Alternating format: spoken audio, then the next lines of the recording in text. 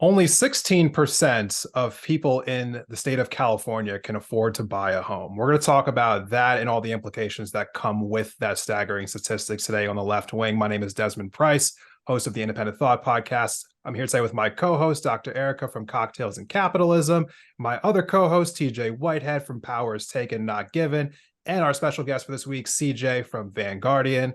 We have this, let's call it what it is. This is a depressing article here. This is out of Fortune. I'm going to put this up on the screen. It says that California homes are so pricey that only 16% of the state's residents can afford to buy one, and it's only getting worse. And here's a quote from the article. It says, for an existing single-family home in California, the median price is $830,000. Buyers in the second quarter needed a minimum annual income of $208,000 just to qualify for a 30-year mortgage. And that's after a 20% down payment, again, 200 grand. So loans on condos and townhouses also were, required a minimum income of $160,000. So the housing crisis in California is probably worse than it is anywhere else in America, but it's having effects on everywhere else in America. If you live anywhere out west, the one thing that you do know is that a lot of people who can't live in California end up moving other places. We're seeing the migration happening in states like Nevada. You're seeing Boise, Idaho. Their housing market is spiking. In the state of Montana, where I live, the housing prices are spiking because people leaving California to come here. In Austin, Texas, their housing market is going out of control for this exact reason. So the housing crisis is essentially spilling over into the entire country, which is also imploding with a homelessness crisis that is happening all over the country. And so as we are seeing this rise in homelessness, this rise in unaffordability for housing all around the country, the question really is like, when is this all going to end? Is it all going to end? We are seeing people being pushed into apartments for the most part, in some cases permanently, because they cannot afford to buy a home. So you're having people at the mercy of landlords around the country who never know when they're going to jack up their rent. And if they do, they also may become homeless because they just can't afford the new increased rent when you're having somebody else dictate your housing price every single month. For me, this is, as I mentioned to y'all before we started recording, this is like my number one issue in my life. In the city that I live in Missoula, Montana, there is a less than 1% vacancy rate in this city. Wow. It is the number one issue for so many people who I know here. In the other college town, Bozeman, Montana, they have a similar vacancy rate. And the average home price in Bozeman, Montana is $800,000. It is not a luxurious place. Most of these people don't make anywhere close to that. Some people I know in Bozeman spend 70% of their monthly income on their rent. It is unsustainable, but I don't feel like the politicians in this country on any level, federal, state, or local, are truly addressing this issue to the rate that it needs to be addressed. When you guys hear this story, what is the first thing that comes to mind when you hear about, what's happening in California, and I guess the spillover effect that it's having everywhere else in the country with the housing crisis? Yeah, the first thing came to mind, like you said, was unsustainable. That's literally where I put my notes, that how unsustainable this system is. And the first thing that comes to mind for me is something happened to me 3 years ago. I was still in the Army at that time, and my sister and my brother-in-law live in San Diego, and they're both doctors. My sister is an audiologist, and my brother-in-law is like a general practitioner, family doctor. And I remember them asking me, like, hey, TJ, would you mind looking to see if you can use your GI Bill to buy a house out here that we can rent from you, because they couldn't afford a house out there, two doctors. And so I said, yeah, I'll look into it. I couldn't do it because you have to actually live where you buy the house for the GI Bill to work. They wouldn't let me do it. But I was looking at the stats for this before we came on the show today. And I saw that for millennials, people between it was 28 and 42 or something like that. Most of them, like 60%, did not have a house. And I saw, it was like on Zillow or something like that. It said 65% of millennials are not saving towards a down payment for the house. And what was written in the article, I took a picture of it because I couldn't believe what I actually saw. It says, and I quote, 63% of millennials haven't saved for a down payment on a home. This final statistic begs an interesting question. Why aren't more millennials saving for a down payment? And I was like, are you kidding me? And it's like, nationwide. Who writes these articles? Who writes this? That's exactly what I thought. So this could only come from a rich person, because let's say they're like, I don't know what the average cost of a home is. Let's say 400 grand. Let's put it 400 grand, like a reasonable, like a house or something like that. Yeah. If you got to pay, average. It is. Oh man, damn, I'm good. God damn, I'm good. But I remember when I was trying to buy a house that they wanted a 20% down payment, and with a GI Bill, I could get a 2%. But I looked up the national average for down payment is only 6%, which is way lower than I thought. But even so, even at 6%, that's $25,000 just for the down payment. Yeah. Who the fuck has 25 grand just sitting around? And if you want to buy a house, how long is it going to take you to save that up? Why bother saving for the down payment? So yeah, like this entire system is falling apart and is collapsing. And we have, I'm sure I don't want to steal thunder from you guys, going to bring it up, but large corporations, buying up housing to rent. That's only going to raise the prices even more. So yeah, it's another sad one too. But that's the first thing I have thought of, is like how horrible this entire thing is just collapsing all around us is. Yeah. Yeah, I guess the first thing I thought of was just how easily this could happen to me, how easily this could happen to my friends. All of my millennial friends, none of us are saving money to buy a home, just like that statistic says. Yeah. And I know after doing a long episode where I talked with different homeless folks in California, like so many of them are literally, working 2 jobs. They're nurses. They are people with good fucking jobs that they were always told, you're going to be able to support yourself. You're going to be able to support a family on this. And no, they can't even afford a place to live. They're living out of their cars. They're living on friends' couches.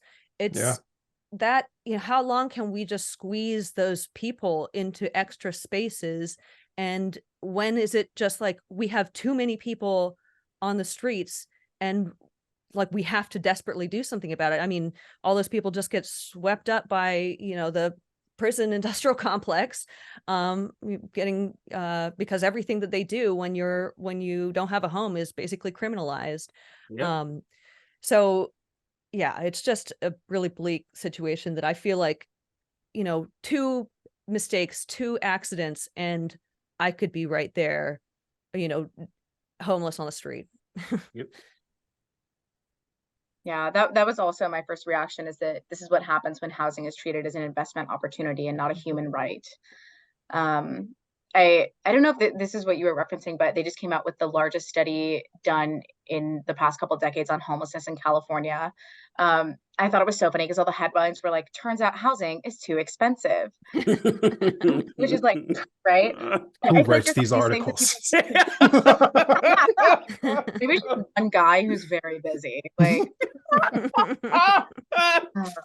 but I feel like people find all these reasons to blame homeless people and talk about like mental illness and addiction. And they kind of bring up those points as like the causes of homelessness and not the natural results of being in a horrific situation like that. Right. And I know in California, like it's been challenging because I know it's like very hard to build new housing. I have a friend who's an architect, and they were talking about how in San Francisco, like you can design a house, but then if the city doesn't like the aesthetics of the outside, like you have to like completely start from scratch and like redesign it from the beginning. Like there's all these barriers that are up that are completely unnecessary. And also there's really no incentive for people who want to develop new properties to develop properties that are accessible to low income people and working class people. So there's new housing being built, but a lot of that is for people who already have a lot of money. And then also there's a lot of affordable housing in California that's also being occupied by people who could afford to live elsewhere. So I live in a cooperative house. It's kind of like in between having roommates and being in a cult. I'm always a very big advocate for it because I think it's a really like beautiful way to live. It's like in an intentional community. But I had I was living in affordable housing in the Mission, which is a neighborhood in San Francisco where, again, housing is really expensive. And one of my roommates works at Google and was making, I'm sure, like $500,000 a year, and I think owned housing elsewhere in San Francisco, but like was living in this area that would have been accessible to people who had a lot fewer options than he did. I don't know. I think it's really challenging. I think that I'm surprised that the US doesn't have like not surprised, I guess, but I wish that we had like a universal housing voucher or something, like some kind of program. But like you said, it seems like the government's just like not really interested in addressing that.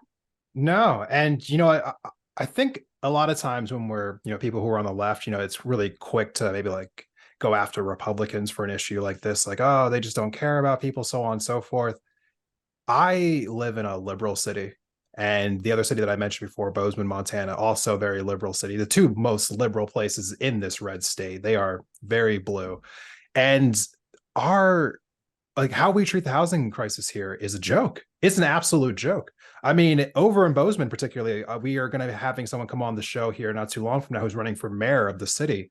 And he was informing me that the current city policy is to fine people every 5 days if they're in one spot. So if you're camping in one spot, or you have a car that you have parked in one spot, or an RV, what have you, if you don't move every 5 days, $100 ticket. That's the current policy in a liberal city. Like, it is unbelievable to me, the detachment, the lack of humanity that we see when it comes from this issue, and how so many people don't seem to see the correlation between how we are just permanently putting people into these high-priced rentals and the housing instability. And this is something I want to mention briefly about what we talk about with our climate conversation. People talking about their individual, footprint.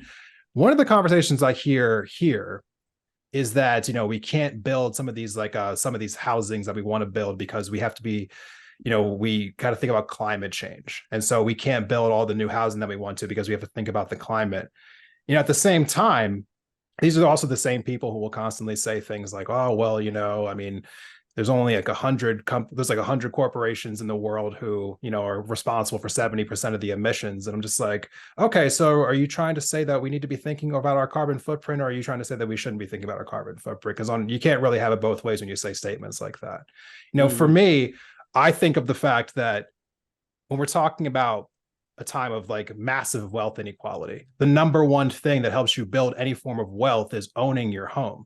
And when I hear people on the left constantly advocating for a permanent rental class, it makes me just livid. I don't think that it's sustainable to have just like nothing but apartments being built everywhere, nothing but, just like these townhouses being built everywhere that are just rentals, because we need to be able to own your own home. I think a part of housing being a human right should also be that you own your home. And I don't see enough of an emphasis on that. And it really is disturbing to me. I don't understand why so many people are just fixated on the idea of essentially putting people into apartments for forever. If you want to live in an apartment, that should be your option, but it shouldn't be forced upon people. And that feels like the only real solution that anyone seems to have anymore. Build more apartments. Can't be the only option that we have on the table. I hadn't heard like the permanent rental class, because that sounds terrible. That sounds awful. That's yeah.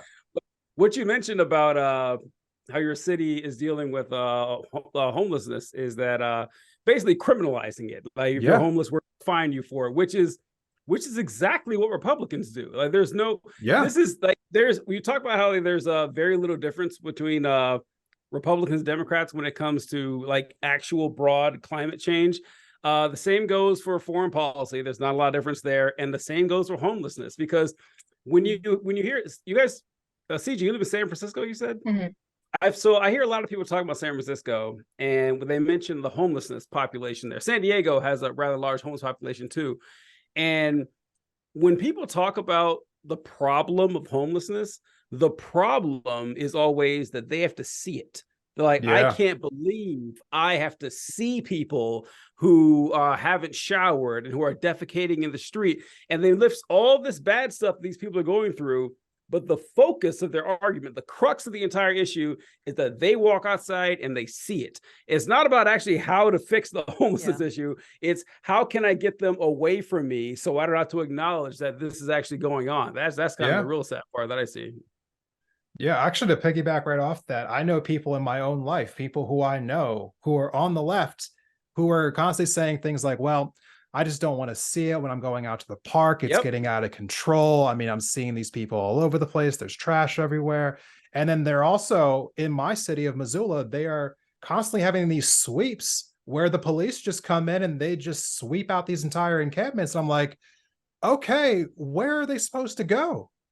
Well, like where? Because like they're still homeless. Yep. I mean, you haven't changed that. So like, where are they supposed to go? There's no answer for that. It's just like it's just dumbfounded. Like, oh, why would you even ask that question? Yeah, you That mentioned that a lot of people are like hesitant to build housing because of the environmental impact, but I always thought that that was like a crazy thing to think because high density housing is like good for the environment, like it's better for the environment than like living in a suburb where everything's really spread out. Um, I don't know. Anyway, sorry, what were you saying? Oh no, that's such a good point, and that's one of the points that was made in this article that was really, really incredible, called The Housing Theory of Everything. I forget the names of the folks who wrote the article, but it really tied in how actually building more housing can reduce like emissions if it's done right. They tied it to like building generational wealth. They tied it to COVID spread. They tied it to all of these things and basically argued that we need to be building more affordable housing that would change so much of our society. Just like from that basic level, everything else would be affected. So I really highly recommend that folks go read that. And I did want to just kind of, you know, TJ kind of made reference to this, but the the role of disaster capitalism in making it so that we can't afford homes. I mean, with the 2008 crisis, companies like Blackstone seized upon the economic turmoil to just buy up all of the houses they possibly could and then rent it back to us. So Yeah. And that is, we're seeing this right now in Maui, folks going companies going over there trying to buy up the houses. So yeah, this is how capitalism works. And if we don't try to keep that in check somehow, they're going to own everything, and we are just going to be that perpetual renting class, like you were saying.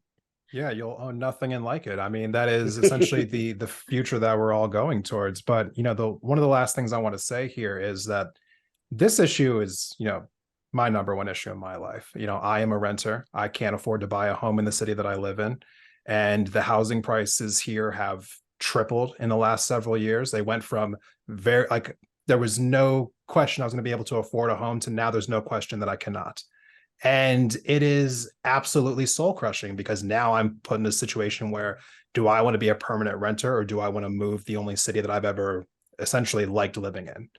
And that's a dilemma that I have to face. And it's a dilemma that a lot of people have to face. A lot of people who I know who've lived in this community have left this community because they couldn't afford to stay here.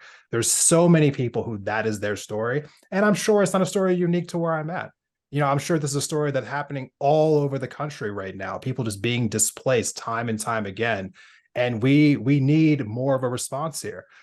Anytime that I have a politician come on and talk with me, I always ask them the question, like, what are you going to do about the housing crisis? Because you cannot afford to care about any other issue if you cannot afford to be in your own home.